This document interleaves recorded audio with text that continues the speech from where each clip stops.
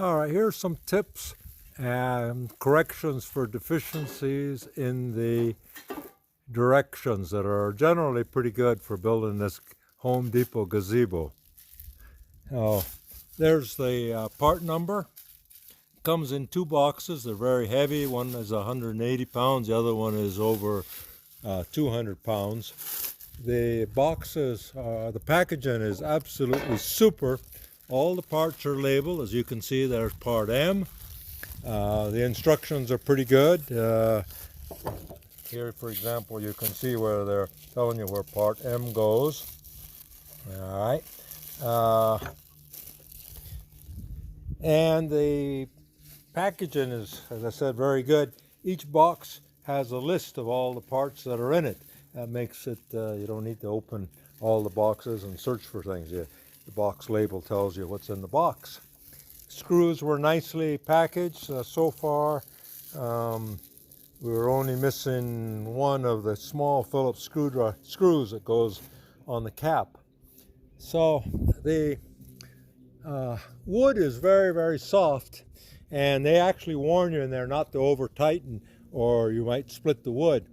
So if you use a driver, make sure you have one that is the force adjustable and use the least force. Those were set too hard. You can see there that that was set way too hard. I set them so that the washer made contact and just barely starts embedding. That's what the separation should be on the horizontal structure at the top, about that tight. Okay. Now what we did is we left those screws on the top is the bolt, the bottom one is a lag bolt. We left off the lag bolts and left the bolts loose until we had the level all set.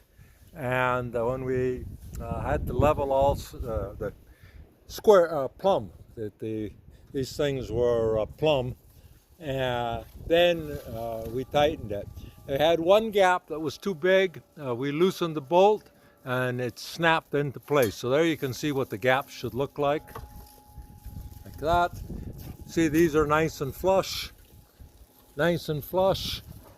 flush, tight fit, very little gap. All right. One of the biggest deficiencies in all this is if you're going to anchor them, it's a real problem because the legs, the holes there, are too close to the wood to use a hammer drill to make a hole in the cement.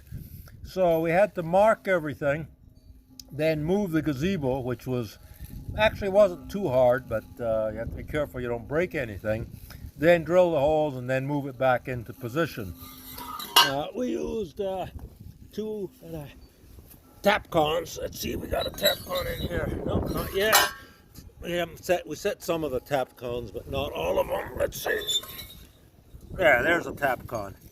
And we're only going to put one in each one. You can see there the pencil marks where we marked it so we could put it back in position after drilling the holes. Okay, now some more idea of what the gaps look like.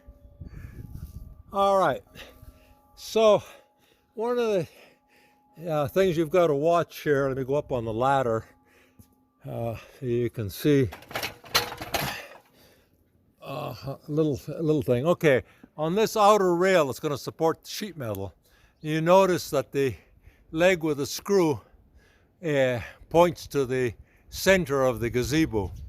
Okay, so then the curious thing is that the next one up, you see the leg points to the outside and that leg points to the outside.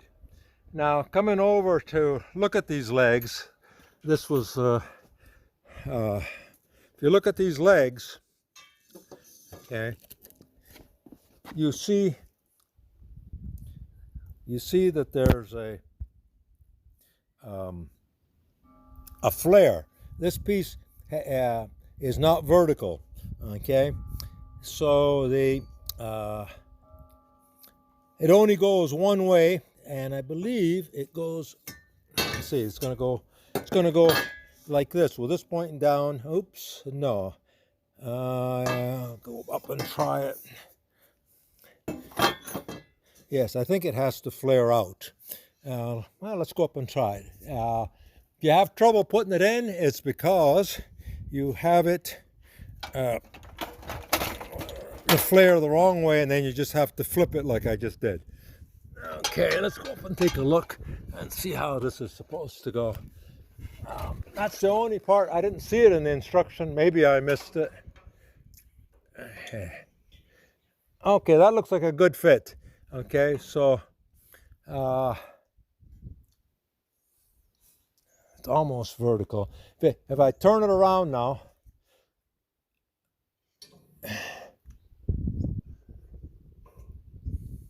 yeah, that looks like a good fit. Let me turn it this way.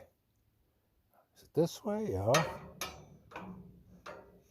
Yeah, there we go. It doesn't fit. Does not fit if you have the flare going the wrong way. Okay. If you have trouble with it, then just remember to flip it. All right. Like I said, right there, remember I told you there was a missing Phillips screw? Right there, there's where the Phillips screw should be on the caps. It's another thing, be careful. These screws are really close to the edge of the wood. You want to make sure you drive them in nice and straight. Here's the other thing we were talking about. One that was set correctly, one that was set with too much force. Okay, that's about it. Good luck.